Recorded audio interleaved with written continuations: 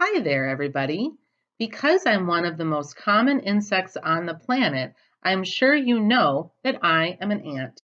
But did you realize how much of my cousins and I look like a wasp?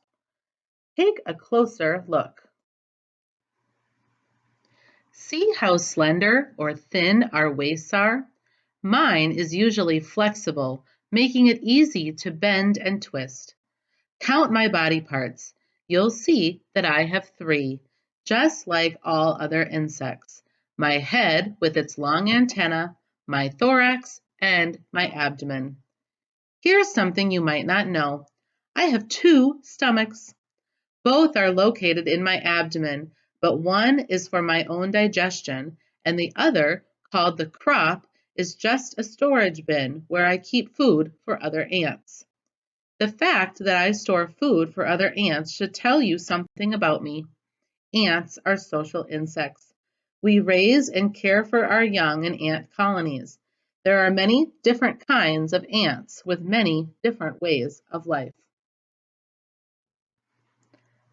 Carpenter ants build their nests in wood. Leafcutter ants grow fungus on the leaves that they cut in vast or very large underground gardens. The aggressive weaver ants live in leaves they bind together in trees.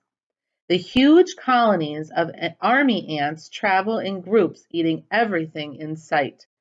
Trapjaw ants can jump distances of more than 12 inches. Harvester ants build huge nest mounds where they store seeds. Beware of the red fire ants, they sting. I am a black garden ant, the type that you may see most often, so that is the kind of ant I am going to tell you about today. Like many ants, we live in underground tunnels or passageways. Bees have honeycombs, paper wasps have paper nests, and we have tunnels, miles and miles of tunnels, full of little chambers or rooms. Hundreds of very dark chambers. A colony may have as few as 12 ants, or as many as 1,000,000 or more. The center of an ant's colony's life is the nest of the tunnels. An ant colony begins with the queen. A young queen is born in one colony, but leaves that colony to start her own. Her wings carry her into the air to find a mate. Once she mates, she sheds her wings and immediately finds a nesting place underground.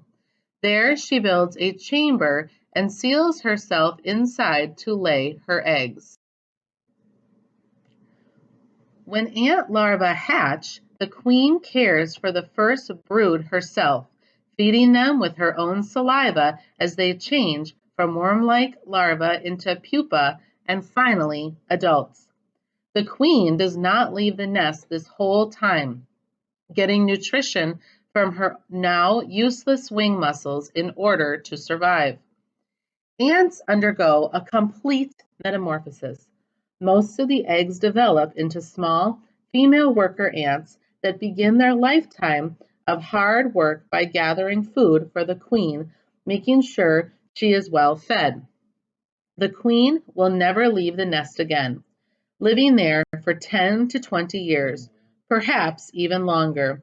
As the mother of the colony, she is her own special chamber. Her only job from this point on is to lay eggs. The worker ants carry the eggs from the queen's chamber into nurseries where they keep the eggs clean and moist by licking them until they hatch.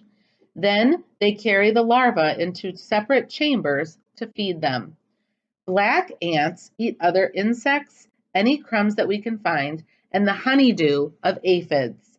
We chew the food up well and put it in our pouch in our mouths where the liquid is squeezed out of it. We split out the solid parts and swallow the liquid. Remember, we have two stomachs, one being a crop for storing food, so worker ants come back to the nest with crops full of food for the young. As they grow, the larvae molt a few times and after a few weeks they spin cocoons. The worker ants move these newly formed pupa into much drier chambers where they rest until they are ready to gnaw their way out into the world. As social insects, ants cooperate in many ways. When these new workers emerge, some will help care for the queen and larva, and some will build and repair the tunnels, but others will guard the nest. These guards, called soldier ants, have larger heads and jaws than the other ants, and they place their bodies across the entrance to the nest to defend the colony. All ants, including soldier ants, emit chemical signals that other ants smell with their antennae. Soldier ants use these signals to warn the colony of danger. This is one way that ants communicate or share information. Another way ants communicate is through touch. If an ant is hungry, it taps a food gatherer lightly with its antenna to let it know that it would like to eat. They exchange the food mouth to mouth in what looks like little kisses. When food is shared, the ants also share and pass along some chemical information important to the entire colony.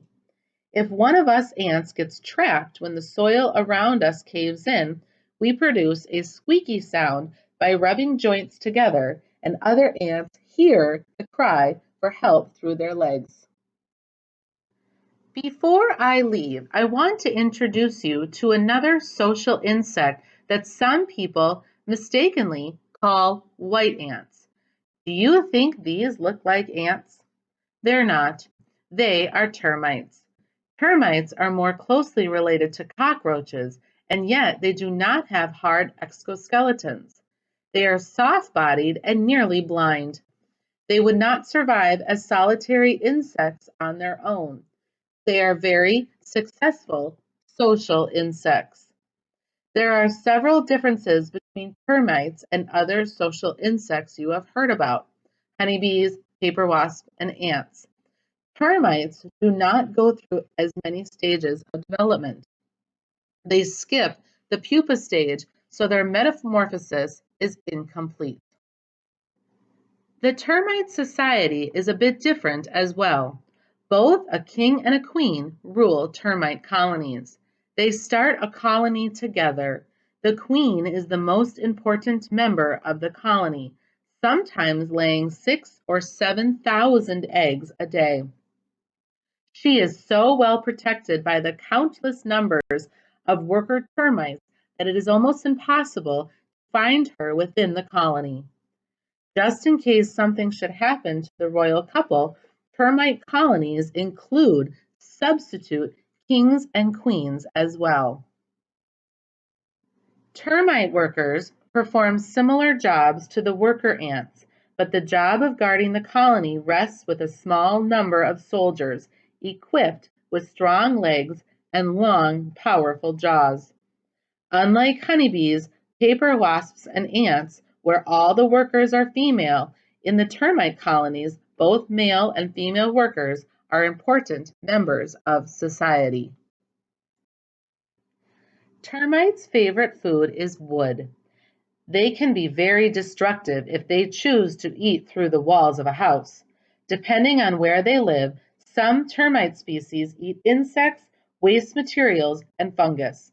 They build their temperature-controlled nests underground, inside fallen trees, in timber, and in tree branches. Does this nest look a bit like a wasp nest? I think so. It's made of chewed wood and saliva like the wasp nest, but with added mud and soil. Some termites build mounds above ground to house their colonies. These towering mud structures are hard as rock, and some are as tall as a two-story house. Lots of teamwork goes into building these mounds with incredible air conditioning systems to keep the chambers cool in very hot climates. Next time, you'll hear from an insect that glows in the dark. Until then, be thinking about who that might be.